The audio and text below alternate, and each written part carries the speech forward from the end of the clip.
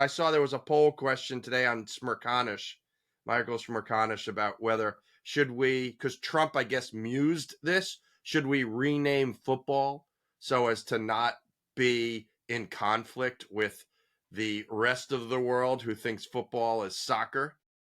And the last I saw at the poll was like 90% to 10%. Oh, hell no. But wouldn't you want to see Trump versus the NFL? The ultimate smackdown. This goes back to, I believe, the late 70s or early 80s when Donald Trump owned the New Jersey, New York Generals of the USFL and played I a big role, in the downfall, financial downfall of the USFL. And at the same time, he wanted to buy, I believe it was the New York Giants, and all the NFL owners, because when we say the NFL, we think the commissioner, but it's really the owners who run the league. All the owners in the NFL got together and blocked Donald Trump's bids to buy.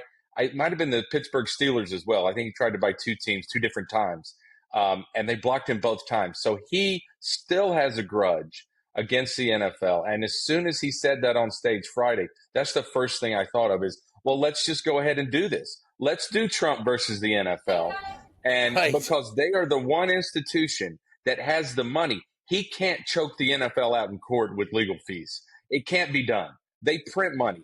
You look at, there is more consensus this year that the product the NFL is putting on the field, they've achieved peak parity.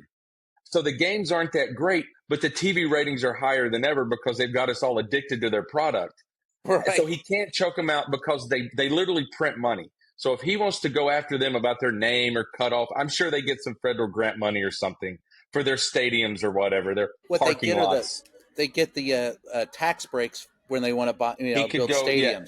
That's where he can go after that. Those are generally from the city. Yes. Yeah. The stadium is in, not from certainly not the federal government. Well, he gets some. No, they do get some federal tax subsidies. Yeah, but not much. He can go after their tax breaks. Yeah. Yeah, for sure. And they're obviously, as we try and rebuild a stadium or build a new stadium here in DC, he can hold us hostage. That discussion where he was talking about putting his name on the stadium.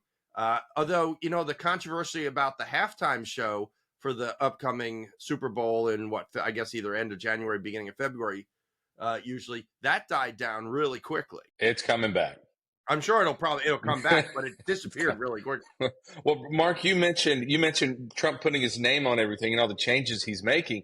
I joked recently to another White House reporter, especially if, say, it's Gavin Newsom or Andy Beshear or some Democrat that we don't see coming that wins in 2028, they're going to have to extend the inauguration program to give the GSA and the other White House staff time to flip the White House, because now you've got to take down the Presidential Walk of Fame. You've got to take this sign down. He's got this marble carving, I believe, of Lincoln maybe outside the Oval. You've got to move that. That'll take 2 hours to, get that on a truck and move it properly. So they're gonna have to find new things to put in the inauguration program so the new president doesn't walk in while they're taking down Lincoln's portrait on the colonnade. And they'll probably have to paint it. I assume those portraits are about this big. They're a little bigger than my giant head. And so the weather and the rain and the cold and the hot, so you're going to have those stains behind 40-something of these portraits, and you have to paint the colonnade. I mean, you're going to have the new president's aunt, uncle, and kids are going to give speeches just to extend this thing. And their high school civics teacher and their principal and their football coach. Yeah. It's in, I guess in the past, it was always, even Trump 1.0, there was an understanding eventually with that first press staff. It took them 2 or 3 months, but they caught on that, there are reasons they're there to serve the boss. They're there to make the boss look and sound and be perceived in the most positive way possible.